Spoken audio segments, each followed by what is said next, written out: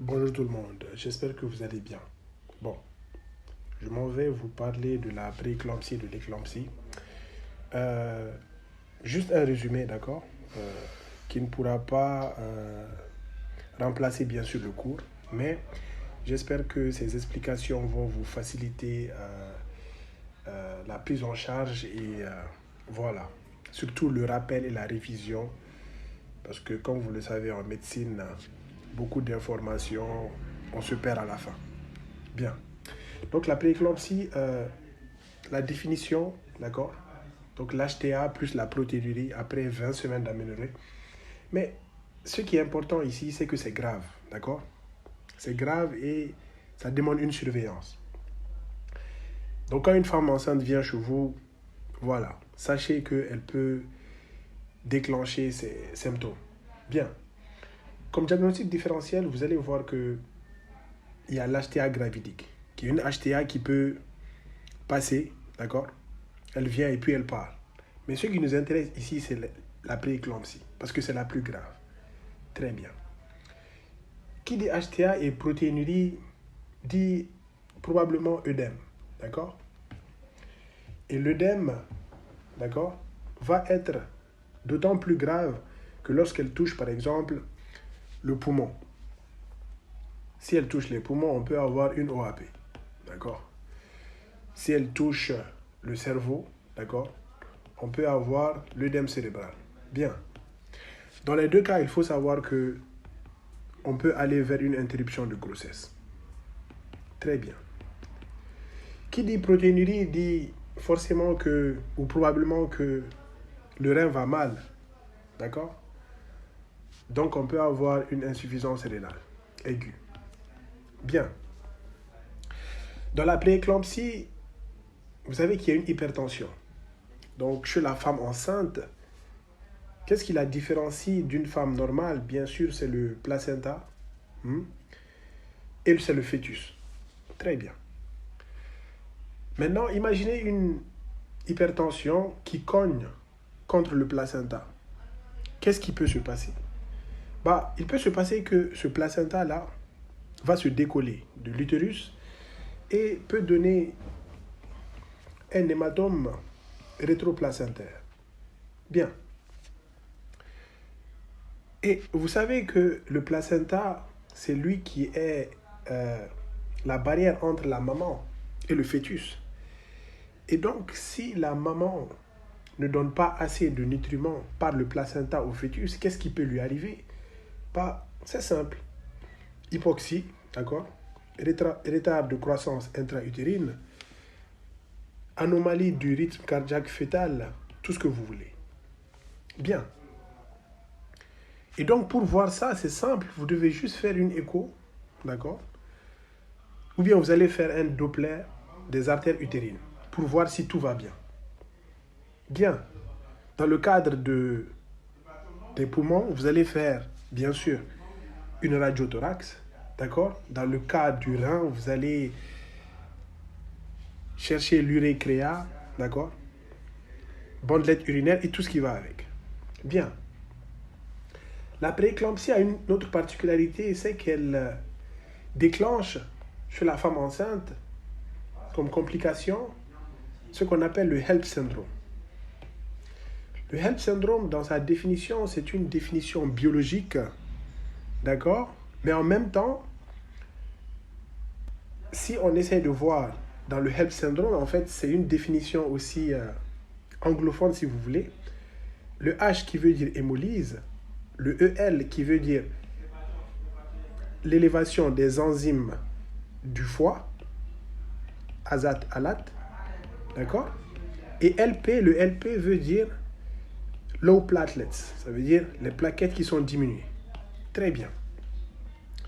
Et aussi comme complication, on peut avoir, comme l'hématome rétroplacentaire, on peut avoir aussi un hématome sous-capsulaire du foie. Très bien.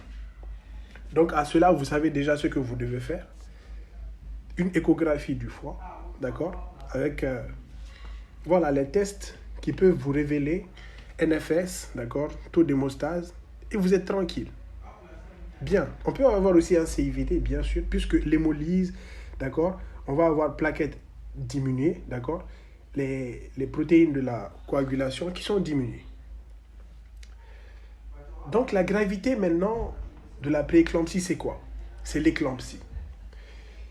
Et l'éclampsie est caractérisée par ses convulsions, d'accord, et aussi un retentissement sur les poumons. Pourquoi? Parce que pendant la crise d'éclampsie, la personne, la femme enceinte, peut mourir, d'accord, par asphyxie. Donc il faut faire attention de ce côté. Donc comme vous voyez l'organe concerné, bah, il faut juste faire. Dans l'examen, il ne faut pas oublier l'examen neurologique. Si la femme vous rapporte des douleurs, des céphalées, des acouphènes, des troubles visuels, bah, il ne faut pas que ça retarde, d'accord? Ça ne vous fait pas penser à une probable éclampsie. Très bien. Maintenant qu'on a vu en général, le cours est presque fini, sinon fini, on va voir ce qui peut se passer, genre la prise en charge. Bah, la prise en charge va juste dépendre de l'organe concerné. Aussi simple que ça. Comme je vous l'ai dit, dans l'OAP ou dans l'œdème cérébral, c'est directement une interruption de grossesse. Bien. Maintenant, dans le cadre, par exemple, de l'IRA, il faut prendre en charge ça comment? En faisant un remplissage adapté, en donnant des diurétiques de l'anse, ou on peut aller jusqu'à l'hémodialyse. Ça, c'est pour le rein. Pour les poumons, je vous avais dit l'interruption de grossesse. Maintenant, pour le HELLP syndrome, qu'est-ce qu'il faut faire? En fait, ça dépend, c'est du cas par cas. Si on a un CIVD, par exemple, on va donner du plasma frais congelé, d'accord, pour restaurer les protéines de la coagulation. On va donner des culoglobulaires. Et voilà, on peut donner aussi des plaquettes, si le taux de plaquettes est inférieur à 50 000. Maintenant, vous allez voir que dans le HELLP syndrome, on donne aussi des corticoïdes. Mais pourquoi on donne des corticoïdes? On donne la bêta-méthazone. Pourquoi? En fait, parce que les corticoïdes, elles aident les plaquettes à se régénérer. C'est pour ça qu'on les donne. Bien. Donc, dans l'HRP maintenant, si on a une HRP, on va faire aussi l'interruption de grossesse. Parce que comme vous le voyez, si on n'agit pas vite, le fœtus peut y passer. Très bien. Dans la prééclampsie aussi, on peut avoir l'hémorragie du postpartum, dont on parlera plus tard. Très bien. Maintenant, si vous avez compris tout ça, dans l'éclampsie, qu'est-ce qu'on peut faire? Et comme vous le voyez, l'éclampsie touche les poumons et le cerveau. Maintenant, pour éviter ça, par exemple, c'est les mesures générales de prise en charge de l'éclampsie, c'est la règle des ABC2, DE. A pour airways, d'accord? B, breathing, c'est-à-dire ici, le A et le B concernent les poumons, d'accord? Le C pour circulation, D pour drugs et E pour évacuation utérine. Très bien. Maintenant, lorsque la personne a ces crises convulsives et tout ce qui va avec, bah, il faut traiter cela. Comment est-ce que vous allez traiter cela? Bah, simplement en donnant des anticonvulsivants, comme des benzodiazépines, ou vous pouvez donner aussi le sulfate de magnésium. Le sulfate de magnésium a une particularité où, quand vous le donnez à forte dose, il faut faire attention. Il faut faire attention sur les réflexes ostéotendineux, d'accord? Le rythme respiratoire, parce qu'elle peut provoquer une bradypnée ou elle peut diminuer la diurèse. Donc, simplement, quand vous donnez les sulfates de magnésium, il faut surveiller ces trois paramètres. Parce que si ces paramètres s'affichent, il faut directement donner le gluconate de calcium, qui est à peu près, d'accord, l'antidote du sulfate de magnésium. Bien sûr, il ne faut pas oublier l'HTA, puisque c'est l'HTA qui cause presque tous ces problèmes-là. Donc, dans les antihypertenseurs, en cas d'éclampsie, il faut donner des antihypertenseurs soit centraux, soit vous donnez des inhibiteurs calciques. Bien. Maintenant, vous allez voir dans le cours qu'il y a l'aspirine. D'accord? L'aspirine fait partie de la prise en charge, d'accord, de cette pathologie. Mais, lorsque j'ai demandé, en fait, l'aspirine, ce n'est pas quelque chose qui est obligatoire. Ce sont des recherches qui ont été faites et ils ont vu que voilà, l'aspirine pouvait diminuer à peu près voilà, les symptômes ou prévenir, en tout cas chez certaines patientes, voilà, ce risque. Mais je ne le mettrai pas dans le cours, mais voilà, vous allez le découvrir dans le cours. Mais voilà, juste pour vous expliquer, voilà, l'importance de cette molécule dans la prise en charge de la maladie. Voilà.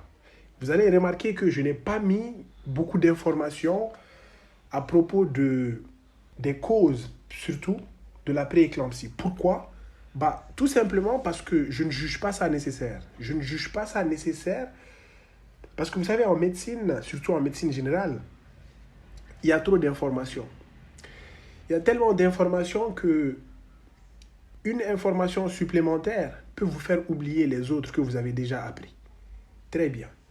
Donc, le message à retenir ici est très simple. C'est que si une femme enceinte vient chez vous, s'il vous plaît, n'oubliez pas les organes, n'oubliez pas la tension, n'oubliez pas comment est-ce que vous devez l'examiner. Et à la fin de l'examen de cette femme enceinte, après 20 semaines d'aménorrhée ou quoi que ce soit, faites juste attention et en fonction de ce que vous aurez à l'examen, clinique ou paraclinique, faites le nécessaire pour empêcher des pathologies graves et surtout, surveillez bien votre patiente. Espérons que ce petit résumé vous a été utile. Nous allons parler des autres pathologies aussi facilement que ça. Prenez soin de vous et bonne fin de journée. Bonne fin de soirée et bonne fin de vie. Merci.